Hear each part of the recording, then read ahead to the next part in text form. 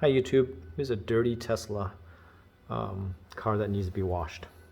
But today's video, I am going to show you guys really briefly how to set up power sharing when you have two Gen 3 chargers hooked together in off of one circuit. So ours, as you can see, I have one on the left side there, one on the right side here, and they're connected to just one 50 amp breaker in here. The electrician just finished the work yesterday. He ran the 50 amp line out into this junction box, and inside here looks just like the Tesla. There's a Tesla video that shows you what to do or what he should do. So he had a junction box where the main line came in, and it's split into two lines. One's going into this charger, the other one is going into the left charger. So they're both sharing the one circuit. Of course, they have to be smart enough to know who's the leader and who's the slave. And so to do that, there were no good videos online, and the start guide was not the easiest for myself to comprehend. So anyways, so first off, once the chargers are plugged in, they're powered on, you have to hold the button on the charge cable, preferably not when it's in your car. It won't work if it's in your car like this, okay? So this guy's got to be pulled off. And then you hold the button down. This light here will pulse green really slowly, and that means it's sending out its code or ID for you to capture and log in. So then what you want to do is search for it with your Wi-Fi on, connect to this device, and you can connect by scanning this QR code, and that will bring you to connect to this, and it'll say there's no internet connectivity or something, and you just ignore that. Once that's done, you can then click on the Wi-Fi settings in the app. I'm sorry, step back. You have to type in, once you're connected to the Tesla charger using the QR code, you have to type in the web address, and you'll see the web address there. Yes, you go there. Once you go there, it'll pull up the Tesla app, that's whatever the system is inside here. And you can, now you have to set up the charger. You tell the charger how many amps it is connected to in the box. And of course, I would say 50.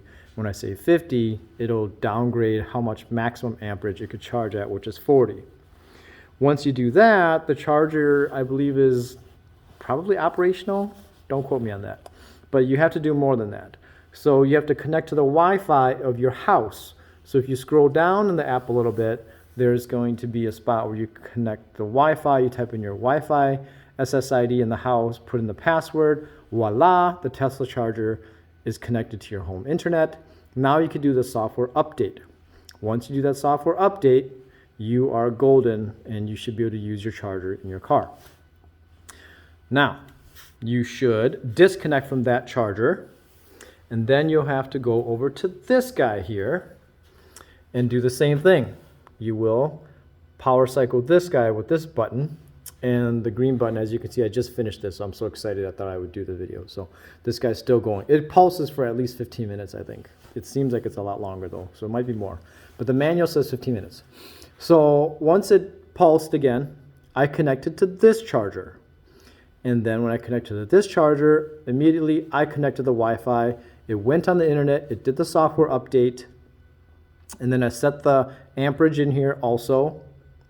Now, once that is done, that's where no one online so far that I could find was able to show me how to do this, because they probably were all geniuses and they figured it out on their own, and I'm not a genius and I couldn't do it on my own.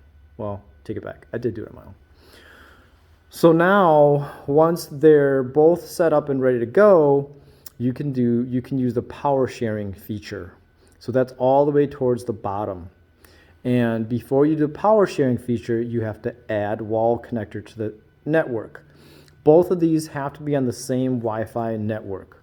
So our host network, this guy's on it. The other one is on the house network. It can't be on your neighbor's network, because then they won't work. So once they're both in the same network, you can search your network for another Tesla charger. So because I was already on this one, I added the other one. And when you add them, you have the option of adding another charge. You just scan the QR code, and for the life of me, I could not make my phone scan it. So all I did was, this is why you have to save these stickers. I typed in my SSID and the WA2 password and then connected manually. And you hit enter, and this charger automatically adds the other charger into this guy's power sharing network. And at that point, this, I believe, becomes the master charger, and the other guy becomes the slave charger that was added to his network or her network. And you have to tell them the maximum amount of amperage that they both can share. And I didn't want to push my limits. I think it would have let me push anything. I was tempted to push 45 amps, but I thought to be safe, since the Tesla units only wanted to use 40, I just clicked 40. So between these two units, they can only use up 40 amps. So at 40 amps in my house, I know it charges at 28 miles per hour or 29 miles per hour. And so if I had two cars in here, I believe the car with the lowest miles would get more amperage, and the car with, or the lowest range would get more amperage, and the highest range one would get less amperage. I would think that's how it would work.